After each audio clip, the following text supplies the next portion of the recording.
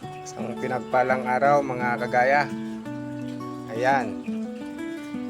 Transplant natin dito. Linagay natin to noong March 5 dito sa ating tuna box.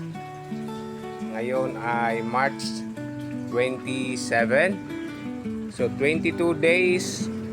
Tingnan nyo naman yung laki ng ating lettuce. In 22 days. Ayan po siya. Hindi na natin makita yung butas sa pagitan.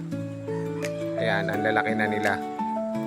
Yung iba nga ay nabenta na. Ayan. So 22 days. Ayan na po sila. Ang lalaki na. Ayan.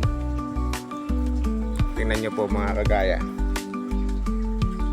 Ayan. May na-upload po tayong video related dito kung magkano yung kikitain sa ganitong kalaking setup. Balikan nyo na lang po mga kagaya. Ayan. So naka-ready na ulit yung pamalit natin na punla. Tapos ayan yung mga susunod na punla. Sunod-sunod yung tanim natin dito mga kagaya. Ayan. Ayan, sold out na rin. So ito yung sunod nating ibebenta mga kagaya. Kung kailangan nyo ng lettuce, PM lang mga kagaya. Maraming salamat.